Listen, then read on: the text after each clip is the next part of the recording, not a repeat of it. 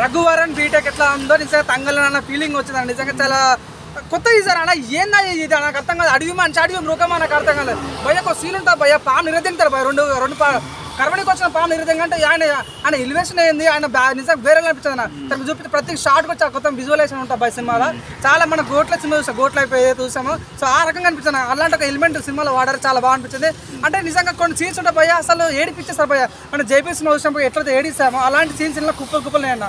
So తన న్యాయ కోసం పోరాడుతున్న విద్యను అసలు తన విక్రమ్ తన విలనా హీరోనా ఆడుతున్న ఫీల్ ఉంటుంది. సార్ నిజం తన ఇంటర్వెల్ చేయాలి అంటే చాలా బాగుంటుంది. విక్రమ్ కెరియర్ లో అపరిచితుడు తర్వాత అంత పెద్ద కమర్షియల్ హిట్ రాలేదు, మధ్యలో అయ్యి వచ్చింది కానీ అనుకున్నంత ఆడలేదు.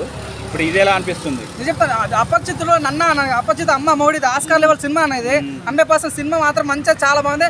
ఆస్కార్ నేను టచ్ చేసే సినిమా 100% అవునన్నా కాదన్న మంచి సినిమా. ఈ సినిమాతో నిజంగా తన రికార్డులను మడత పెట్టే ఛాన్స్ అయితే అనిపిస్తుంది. చాలా అంటే చాలా నేను చెప్తున్నా మాట ఇస్తాను భయ్య, కలికి రికార్డు బద్ద కొట్టే సినిమా ఇదంటే ఇదే అని చెప్తాను. విక్రమ్ ఎంత మంచి యాక్టర్ మన అందరికి తెలుసు. ఈ సినిమాలో ప్రాపర్ గా వాడుకున్నారు ఆయన యాక్టింగ్ స్కిల్స్.